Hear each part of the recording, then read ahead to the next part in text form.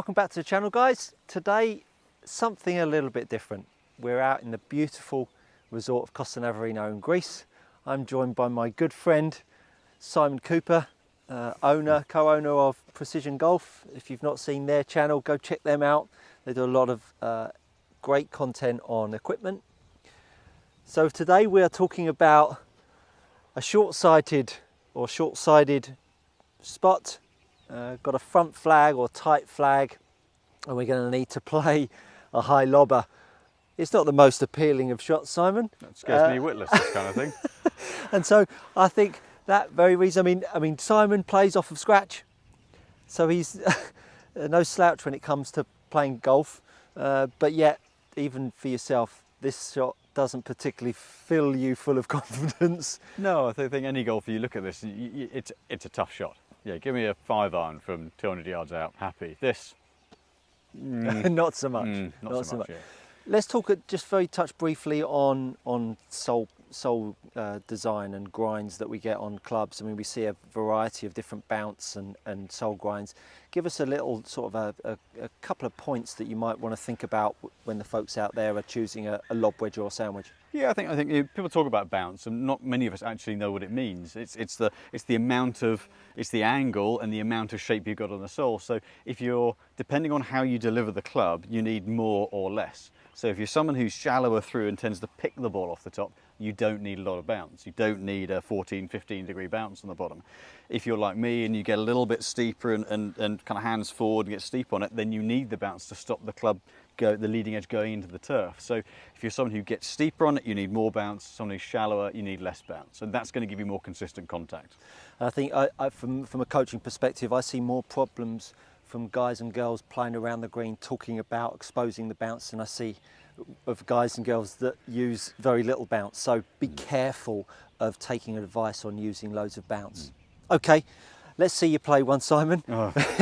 So we've got. Can I improve the lie? You can give yourself as nice a lie as possible. Yeah. Now let's have a little talk through on what you're trying to achieve here when you're trying to play this shot. Okay, so if we're clearly going air, we've got a slope. Heavy slope short, we've got to fly it over it, so we've got to carry it the whole way. Looking at the lie, this one's sat fairly friendly. Yeah. So any go-tos in terms of ball position to start with? No, I'm pretty neutral. I mean, one thing I will do is I'll do a couple of practice swings to look at where is that strike point, because that's the key thing. For me, I don't want to change it very much. I don't want to change my natural movement too much. I just want to use the club and maybe kind of open the face or close the face depending on how short and how high I want it to go. And I'm historically very, as you know, handle forward, kind of handsy. So for me, I want to focus on keeping my whole body turning through so I don't get too steep. My bad shot's getting too steep. And do you stand open or close to it? A little bit open. For this kind of shot, a little bit open. Not massive. I'm not going to be heavily open, but just a little bit. Again, for me, I need the bounce, so that helps me expose a little bit more as well. And length of backswing and speed of swing. Any thoughts on that? Speed of swing, I keep that constant. That's not something I want to change. I want the tempo to stay the same. So you're modulating the distance with the length of the swing? Yeah, exactly that, yeah. Let's see it. Sounds good in theory, doesn't it? I love it. Make sure we've got James on drums, by the way, so a big thanks to James shooting this. So let's see you play it, Simon. Okay, so a little bit open. Oh, he's absolutely played one. Oh, he's only hit the flag. Listen, if there's one thing I do not like, and that's a bloody show off. Go on, have another go. That was awesome. I quit while I'm ahead? That was fantastic. Now we saw, I mean, we've played this into there's a little bit of breeze into it. I know we're playing it with a sand iron, and you probably would normally take a lob wedge. I'd use a 60 for this normally, but the principles stay the same. Yeah, but you've played it really nicely. You've struck that slightly out the toe. Was that a conscious decision? Okay. No, I would never think. I'm just trying to make. The key thing for me is not where on the face I'm making contact. It's make contact at the ball, not before the ball. Yeah, for sure. So so for me, I'm going back to because I get steep. I'm trying to keep it a little wide, a little more body rotation and quiet hands. My hands go over involved, so I'm just trying to keep it really simple for these. Show me another one. Okay.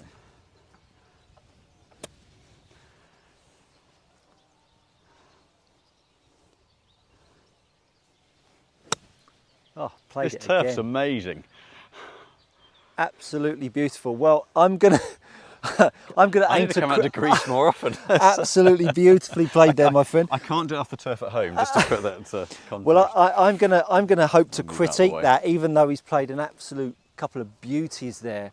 And I think the reason why, and struck it absolutely perfectly on that second one, right out the middle of the face, adjusted the strike pattern nicely. I think there's a couple of thoughts here that I really want to stress to guys and girls out there when they're playing this shot. First of all, when we're playing shots with height and elevation, we're so conscious and used to trying to pinch the ball. And we all talk about angle of attack in shots. I relate the high lob shot very similar to a driver. We're trying to almost create a positive angle of attack, almost trying to make that club head feel like it's going to pass us down through strike. Now that's not to be played when the ball's not sitting up. Of course, if the ball is sitting down, then you need that pinch, that angle of attack to get some decent strike. So if the ball's not sitting up well, if you start to then try and use the loft and try and make the head swing, you're really going to come up and stuck. What you saw there from Simon's shots, hopefully we caught it in the camera, we saw some good elevation, we got some good flight.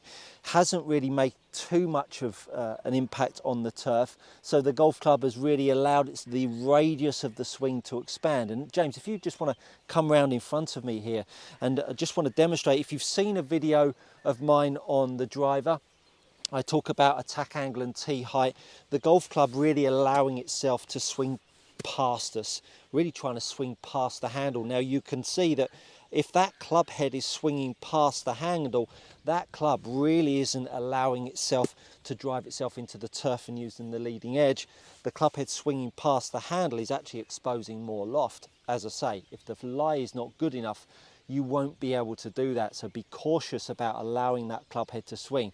Now at 56 degrees of loft, I need to almost create even more of that, because I need to maximize the loft as much as possible and also open the face a little bit to help me with a bit more loft to go from 56 to potentially 60 and 62. So that's dealing with the levers.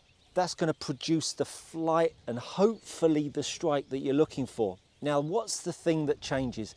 And we often see this with people that battle with chipping. When they start swinging, the old legs give way and the club comes at us. We all almost try to help it in the air with our feet and our legs, and they're giving way. What you need when you're playing lob shots is a sound base. You need to feel like you can make the golf club swing off of something that's stable underneath us. And I think if you look over some of my videos where I've talked about leg action, really the legs pushing up off the floor gives us that stability to control the base of the golf swing, which then starts to allow us to swing the golf club without the fear of running into the ground. When you pull the golf club, you give way because you're nervous and cautious.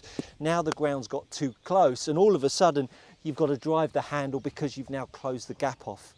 So the keys to this shot is understanding how the levers are going to work to expand the arc to create the loft through strike, and then at the bottom of the chain, making sure that the leg action is going to embrace that.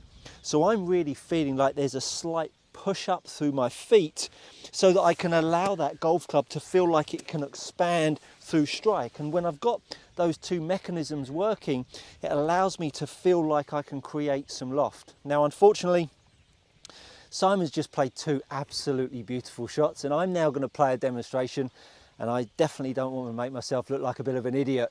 So make sure you come round here, James. And if Simon, you could just back up so we can get the camera in, that would be brilliant. And so I've got the ball position wise just slightly forwards in my stance, not too much, not back.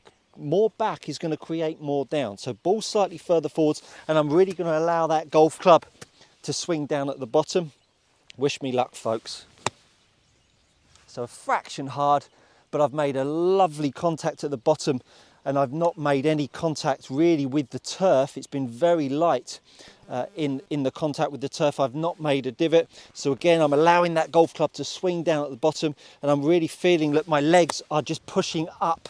Hit that one slightly softer just to try and get it pitching on the front. But again, you can see I've really made very little in the way of impact with the turf, because as soon as I start to strike more down, I create more shaft lean, you can see how the ball comes out lower and has now got way more forward momentum, which is no good for the short-sided shot. So come on then, Stuart, let's see if we can get one in there tight.